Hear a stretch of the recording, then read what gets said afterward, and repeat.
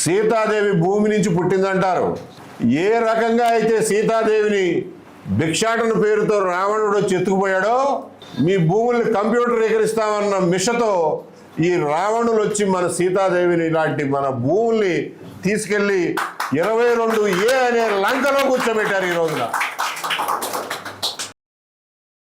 ఉన్నటువంటి సీతాదేవిని భూమిని ఇడిపించుకోవాల్సిన బాధ్యత మంది. దానికోసం ఏ యుద్ధానికైనా మనం సిద్ధం కావాల్సిందేనని చెప్పి మీ అందరికీ తెలియజేస్తున్నా. ఎందుకంటే బతిమాలితే రావణుడు ఏమన్నా ఇచ్చాడా? మండోదరి మాట ఏమన్నా విన్నాడా? హనుమంతుడు వెళ్ళి బతిమాలితే ఇచ్చాడా? యుద్ధం చేస్తేనే ఇచ్చాడు. లేకపోతే ఈ రావణులు, ఈ కుంభకర్ణులు, ఈ ఇంద్రజిత్తులు, ఈ దేవాంతకులు, ఈ నరాంతకులు వీళ్ళందరూ కలిసి సీతాదేవిని ఇడిపించే పరిస్థితిలో లేరు.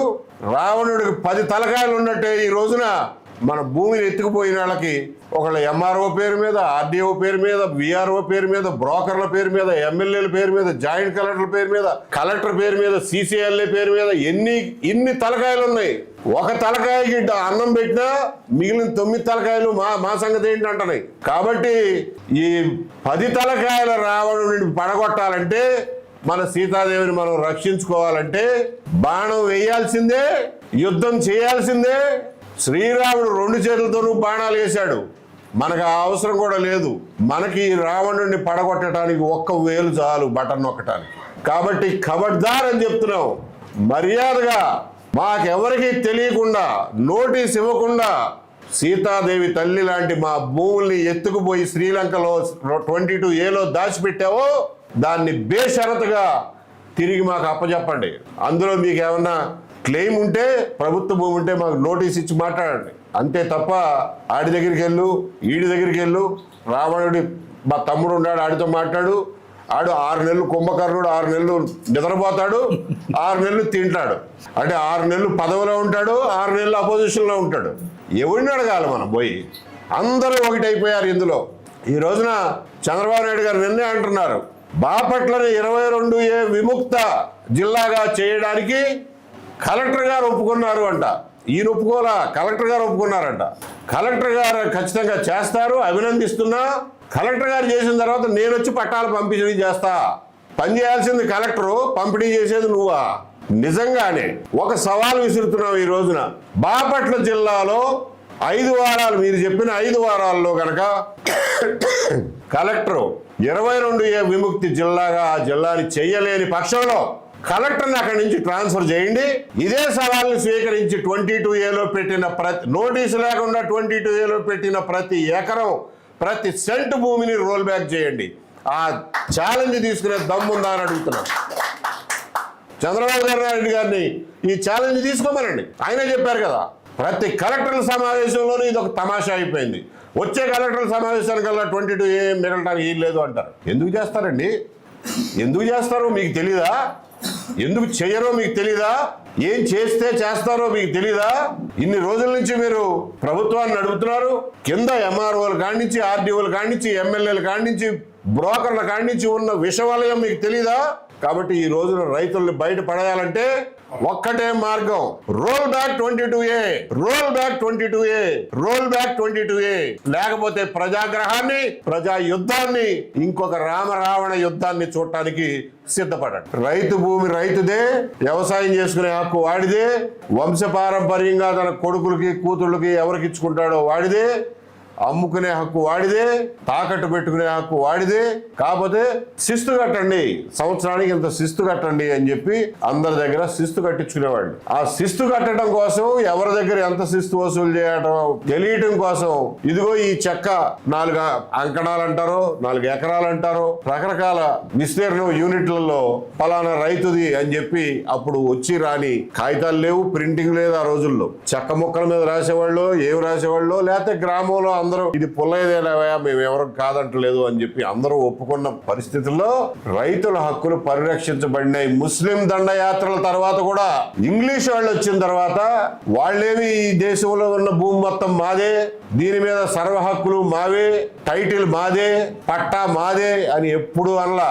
వాళ్ళు ఇన్ఫాక్ట్ జమీందారుల కింద, పాలెగారుల కింద లెక్కలు లేకుండా ఉన్నటువంటి భూముల్ని వెంకటగిరి, నూజివీడు, పెద్దాపురం, విజయనగరం, కపిలేశ్వరపురం, చల్లపల్లి లాంటి జమీందారీలు తప్పించి మిగిలిన రాష్ట్రం మొత్తం ఏ రైతు చేతిలో అయితే ఆ భూమి ఉందో ఆ రైతు పేరు మీద రైతు వారి సెటిల్మెంట్ అని చెప్పి మన్రో టైంలో సెటిల్మెంట్ చేసి ఆర్ఎస్ఆర్ అని చెప్పి, ఆర్ఎస్ అని ముందు, తర్వాత రీసెటిల్మెంట్ రిజిస్టర్ అని చెప్పి 1907-8 ప్రాంతాల్లో అప్పట్లో ఉన్న ప్రింటింగ్ టెక్నాలజీతోనే ముద్రలేసి మరీ గ్రామాన పంచారు. ఇదిగో ఇది సుబ్బారెడ్డి గారి భూమి, ఇన్ని ఎకరాలు, దీనికి ఎఫ్ఎంబి ఇది, దీనికి కొలతలు ఇవి, ఉత్తరాన ఇంత కొలత, దక్షిణాన్ని ఇంత కొలత అని చెప్పి మన చేతికి అప్పచెప్పిపోయారు ఇంగ్లీష్ వాళ్ళు కూడా రైతుల హక్కులు లేనాడు కాలరాయిలా శిస్తు వసూలు చేసుకున్నారంతే. స్వాతంత్రం వచ్చిన తర్వాత ఎస్టేట్ అబాలిషన్ కింద, జమీందారీ అబాలిషన్ కింద జమీందారులకి కొంత భూమి వదిలేసి, వాళ్ళ సొంత అవసరాల కోసం కొంత భూమి వదిలేసి, ఆ రోజుల్లో కూడా జమీందారికి సొంత భూమి ఉండేది, సర్వ హక్కులు ఉన్నటువంటి రైతుల భూములు కూడా ఉండేవి. రైతుల భూమి మీద ఎప్పుడు జమీందారు ఇది నాది అని అనలా. తన భూమి ఎవరన్నా తన దగ్గర పనిచేసే జీతగాళ్లకో, ఇంట్లో పనిచేసే దివాణంలో పనిచేసే వాళ్ళకో, గుర్రాలను మేపేవాడికో, రథం తోలేవాడికో, లేదా ఏదైనా యుద్ధం చేసేవాడికో వాళ్ళకి 4 ఎకరాలు, తలా 4 ఎకరాలు పంచిపెట్టారే తప్ప రైతుల భూమిని ఏనాడు జమీందారులు ముట్టుకోలా. వాళ్ళ భూములు ఏనాములుగా ఇచ్చారు. ఎస్టేట్ అబాలిషన్ యాక్ట్ అప్పుడు జమీందారుల దగ్గర ఉన్నటువంటి అదనపు భూమి, ఎక్సెస్ భూమి ఏదైతే ఉందో అదంతా గవర్నమెంట్ తీసుకుని జమీందారులకు కొంత భూమి వదిలిపెట్టి వాళ్ళ వారసులు ఎంతమంది ఉన్నారో వాళ్ళ చూసి తలా కాస్త ఇచ్చి, జమీందారులు ఏనాంగా ఇచ్చిన భూమికి కూడా పట్టాలిచ్చి 1954లో ఒకసారి పూర్తి స్థాయిలో సర్వే చేసి మరీ అందరికీ భూములు అప్పచెప్పారు. అప్పటికే రాష్ట్రంలో రకరకాల జిల్లాల్లో ఇంకా ప్రభుత్వం కింద ఏడబ్ల్యూడి భూమని, పోరంబోకు భూములని, కంచి భూములని, అడవిని వదిలేస్తే అడవి భూములు ఎవరు ముట్టుకోలా, కంచి భూములని, కామన్ ల్యాండ్స్ అని, ఇట్లాంటి చాలా కొంచెం అప్పటి వరకు వ్యవసాయం చేయనటువంటి మెట్ట భూములు, ఎవరికి చెందనటువంటి కంచెలు, తుప్పలు ఉంటే భూమి లేని పేదలకి పంచిపెట్టారు. పంచిపెట్టినప్పుడు 1960లోనూ అప్పుడు సెటిల్మెంట్ ఆఫీసర్లు ఉండేవాళ్ళు. వాళ్ళు సెటిల్మెంట్ చేసి, ఇదిగోనండి సుబ్బారెడ్డి గారు, ఈ 4 ఎకరాల భూమి ప్రభుత్వం మీకు సెటిల్ చేసి ఇస్తుంది, దీని మీద ఇక నుంచి సర్వ హక్కులు మీవే అని చెప్పి సరిహద్దులతో సహా వాళ్ళకి పట్టాలు ఇచ్చారు. ఇట్లా పట్టాలు తీసుకున్న భూములు కొన్ని లక్షల ఎకరాలు ఉన్నాయి. పేదలకు పంచిపెట్టినవి కానీ అప్పటికే ప్రభుత్వానికి తెలియకుండా తరతరాలుగా వ్యవసాయం చేసుకుంటూ, హక్కు లేకపోయినా కానీ వ్యవసాయం చేసుకుంటూ ఉన్న వాళ్ళకి దున్నేవాడిదే భూమి అన్న నినాదంతో వాళ్ళకి కూడా పట్టాలు ఇచ్చి వాళ్ళకి హక్కులు కల్పించారు. దానికి తర్వాత 1971 నుంచి పాస్బుక్లు, అడంగళ్ళు, 1Bలు అన్నీ వచ్చినాయి. బ్యాంకుల్లో పెట్టుకునే వాళ్ళం, రైతు కార్డులు తీసుకున్నాం, కిసాన్ కార్డులు తీసుకున్నాం, అప్పులు తెచ్చుకున్నాం, తీర్చాం, మళ్ళా తెచ్చుకున్నాం, అమ్ముకున్నాం, పిల్లలకి కట్నాలుగా ఇచ్చాం, పిల్లలకి రాసి ఇచ్చాం, తాకట్లు పెట్టుకున్నాం. ఇవన్నీ చేసుకుంటున్నటువంటి భూముల్ని 2010